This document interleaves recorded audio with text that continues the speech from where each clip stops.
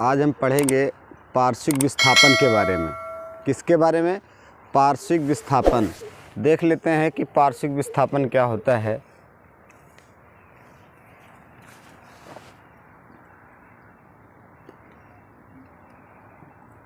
पार्श्विक विस्थापन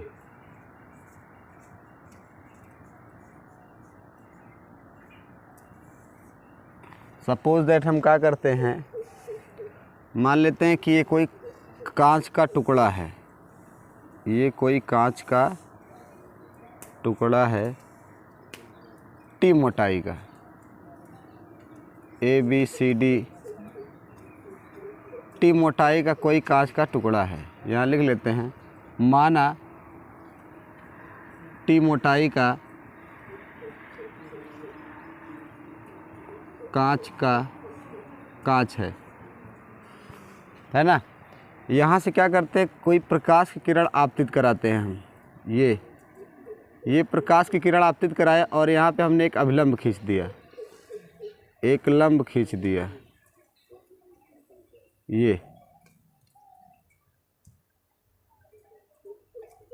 एक लंब खींच दिया तो ये कोण हो गया आई आपका, ये कोण क्या हो गया, आई हो गया। तो अब देखो प्रकाश की किरण कहाँ है, विरल माध्यम में।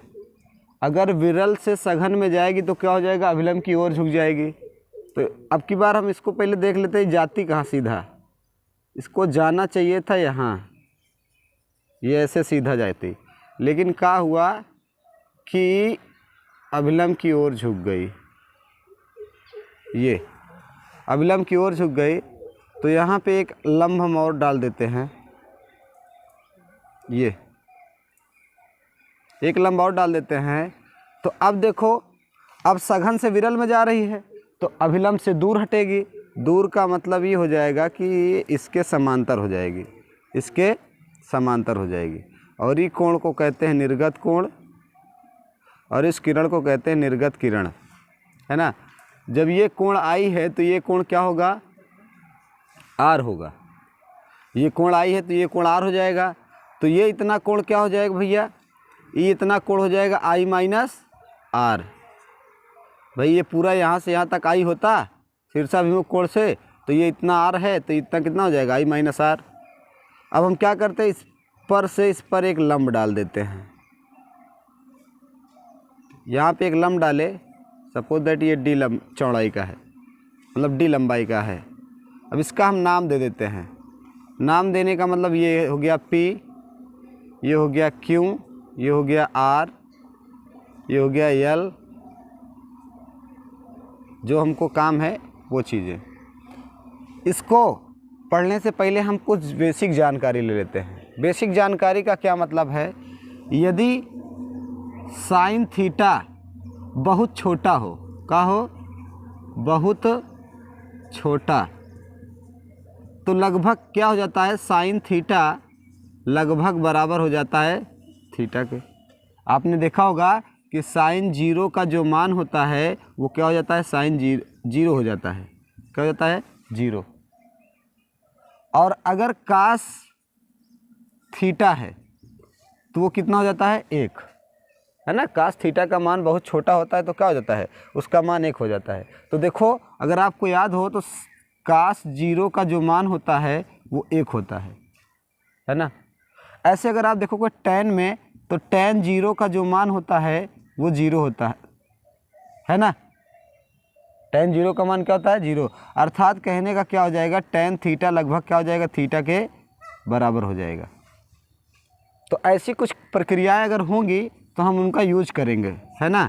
इसको आप अलग से कहीं नोट कर सकते हो, क्योंकि ये जो है बड़ा काम का चीज़ है। साइन थीटा जो अगर बहुत छोटा होता है तो लगभग थीटा के बराबर हो जाता है, इसीलिए साइन जीरो का मान क्या हो जाता है, जीरो। कास थीटा अगर लगभग बहुत छोटा है तो उसका मान एक हो जाता है, कास जीरो का मान एक होता है। टैन जीरो है तो उसका मान भी क्या हो जाता है, एक। तो ये बेसिक कुछ आपको पता होना चाहिए, समझ पा रहे हो, तभी जाके ये चीज़ें सॉल्व होगी। तो हम इसको लिख देते हैं, यहाँ पे पहले से ही लिख देते हैं, साइन थीटा लगभग बराबर थीटा के होता है तो क्या हो जाता है, theta. Sine zero cos zero है, अगर कास लगभग जीरो के बराबर, मतलब थीटा छोटा है तो क्या हो जाएगा 1, बहुत छोटा होने पर, थीटा बहुत छोटा होने पर, थीटा बहुत छोटा होने पर ये चीज़ें होती हैं।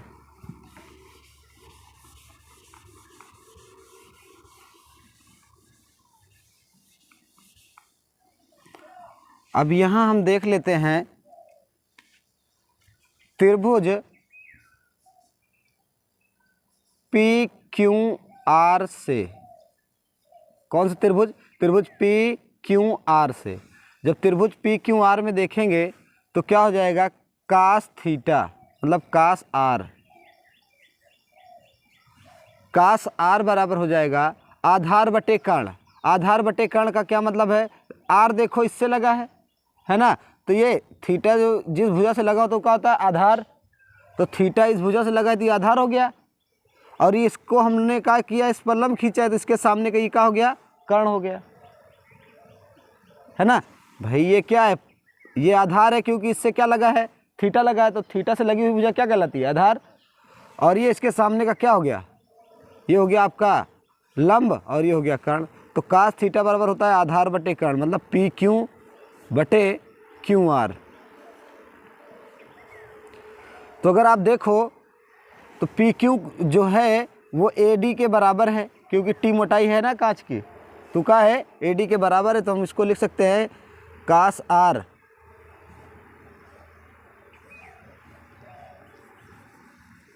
अगर हम इसको क्या कर दें, आर केवल लिखे रहो, कोई दिक्कत नहीं है, पी क्यू बटा क्यू आर। क्यू आर का क्यू आर कहाँ से लिख दिया है, पी आर होगा, सॉरी, ये हो जाएगा कास थीटा बराबर आधार बटे कर्ण, पी आर होगा, पी आर। तो पी क्यू का मान हो गया आपका टी, ये हो गया टी, और ये हो गया पी आर, है ना। तो इसको अगर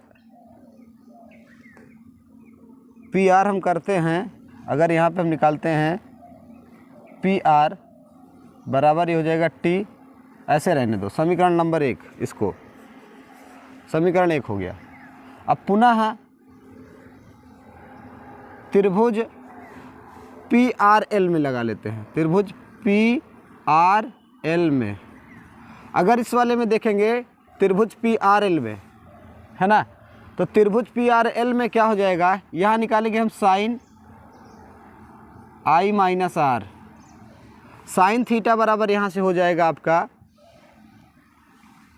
यहाँ से अगर आप देखोगे तो साइन थीटा बराबर हो जाएगा, ये है साइन थीटा, तो साइन थीटा बराबर लंब बटे कर्ण, है ना, साइन थीटा बराबर लंब बटे कर्ण, तो लंब इसका क्या हो जाएगा आर एल, और कर्ण तो यही है पहले से, तो क्या हो जाएगा साइन थीटा बराबर लंब बटे,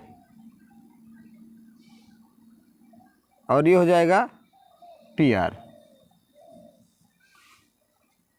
पी आर। तो अगर हम क्या करते हैं, साइन थीटा बहुत लगभग छोटा लेते हैं, तो आर एल को क्या लिखेंगे भाई, ये हो जाएगा आई माइनस आर, या अभी इसको बाद में चेंज करेंगे, तो ये हो जाएगा sine i minus r is equal to, r l का मान डी है, ये हो गया पी आर, है ना। तो यहाँ हम इसको भी पी आर के बराबर कर लेते हैं, तो पी आर बराबर हो जाएगा टी अपान कास आर, समीकरण नंबर 1। और यहाँ पे भी हम क्या कर लेते हैं, पी आर बराबर ये हो जाएगा d upon sine i minus r, समीकरण नंबर 2। अब देखो दोनों पी आर के बराबर है, तो हम यहाँ पे लिख देते हैं कि टी अपान कास आर बराबर d upon sine i minus r. हमने बताया यदि क्या हो, थीटा बहुत छोटा हो, यदि थीटा बहुत छोटा हो,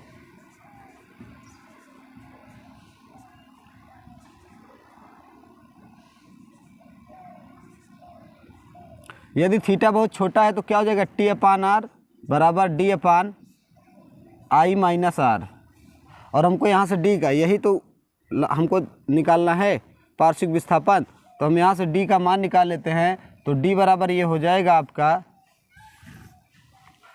ये d बराबर हो जाएगा, इधर हम d रहने देते हैं तो इसका एक गुणा हो जाएगा, ये हो जाएगा t into i minus are,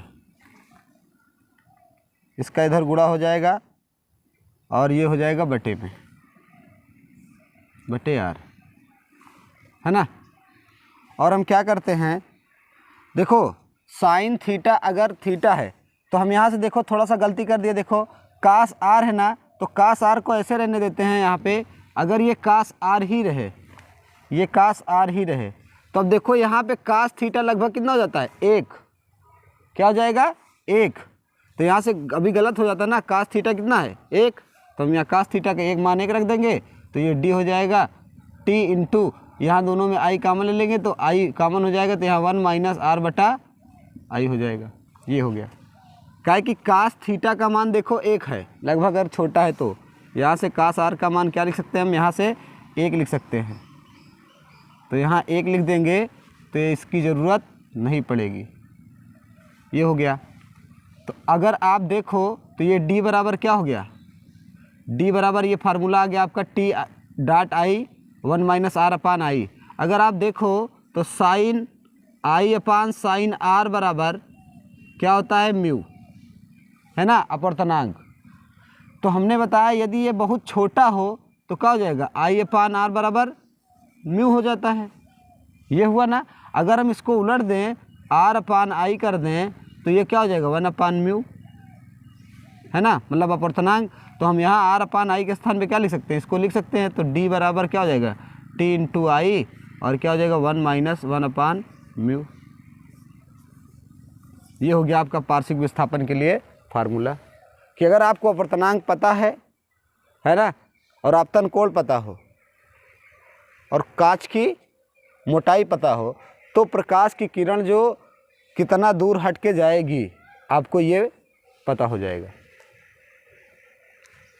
तो इसमें था कुछ नहीं, सिर्फ ये चीज़ें आपको याद ध्यान में होना चाहिए। अगर भूल जाओगे तो फिर काम खराब हो जाएगा। देखो त्रिभुज पी क्यू आर में हमने क्या किया, पहले कास आर निकाला, कास आर बराबर मतलब कास थीटा बराबर आधार बटे कर्ण निकाला हमने, आधार पी क्यू हो गया और ये हो गया पी आर। कास आर बराबर क्या हो गया टी, भाई पी क्यू का है, पी क्यू का मान भाई यही तो पी क्यू है, ये टी हो गया, तो टी अपान पी आर, तो पी आर का मान निकाल लिया हमने, टी अपान कास आर हो गया। अगर यहाँ पे ये कास आर हो गया, पुनः त्रिभुज पी आर एल में लगा लेते हैं हम, पी आर एल का मतलब इस वाले त्रिभुज में लगा लिए। तो यहाँ हो गया साइन आई माइनस आर बराबर r upon r l upon p r, तो साइन आई माइनस आर बराबर क्या हो गया, डी अपान पी आर। तो हम यहाँ से पी आर का मान निकाले, डी बराबर साइन आई माइनस आर हो गया। तो ये क्या हो जाएगा टी, भाई ये डी हो गया, और ये पी आर का मान यहाँ से देखो, ये पी आर और ये पी आर दोनों क्या है, बराबर है। तो हम समीकरण 1 और 2 को क्या कर देते हैं, बराबर कर देते हैं। तो टी अपान कास आर और बराबर d upon sine i minus r. यदि थीटा बहुत छोटा हो तो इसका मान क्या हो जाता है, कास आर, देखो कास थीटा लगभग 1 के बराबर हो जाता है, और ये बराबर d upon i minus r हो गया। फिर हमने क्या किया, इसका क्रॉस मल्टीप्लाई करा दिया, तो डी बराबर क्या होगा, टी आई माइनस आर, इसमें हमने आई कॉमन ले लिया, तो ये इस फॉर्म में बन गया, इस फॉर्म में बना तो हम उसको इस फॉर्म में बना दिए, हो गया। यही पार्श्विक विस्थापन के लिए फार्मूला है। अब हम देखते हैं आभासी गहराई तथा वास्तविक गहराई में संबंध।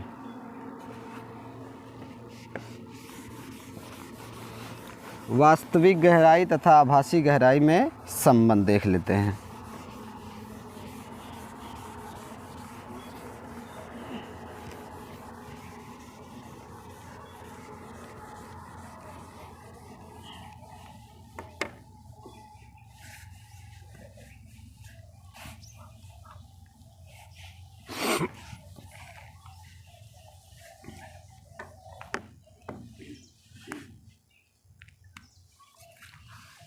वास्तविक तथा आभासी गहराई में संबंध।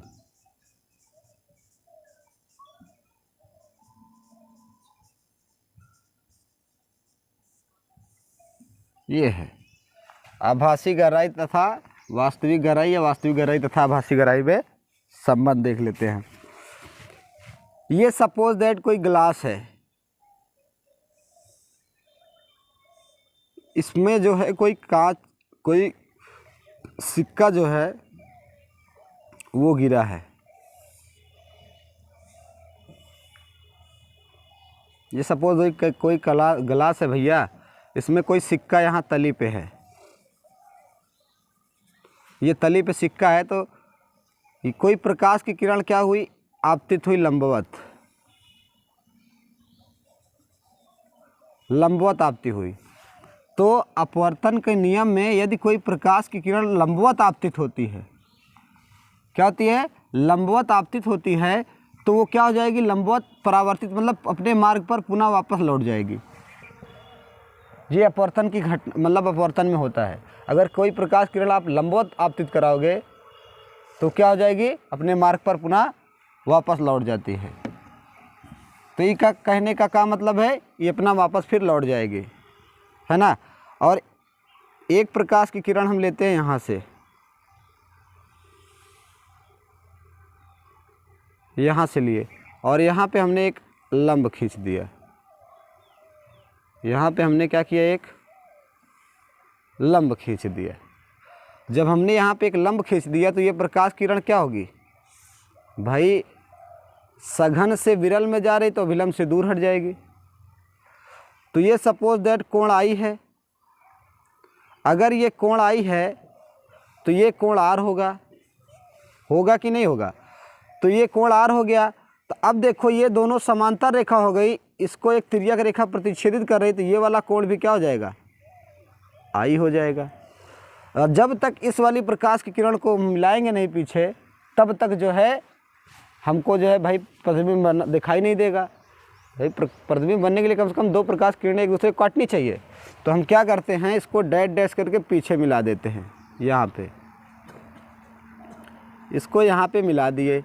तो अब देखो ये दोनों समांतर रेखाओं की ये तिर्यक रेखा प्रतिच्छेदित कर रही है, तो ये वाला भी कोण क्या हो जाएगा, आर, है ना, एकांतर से।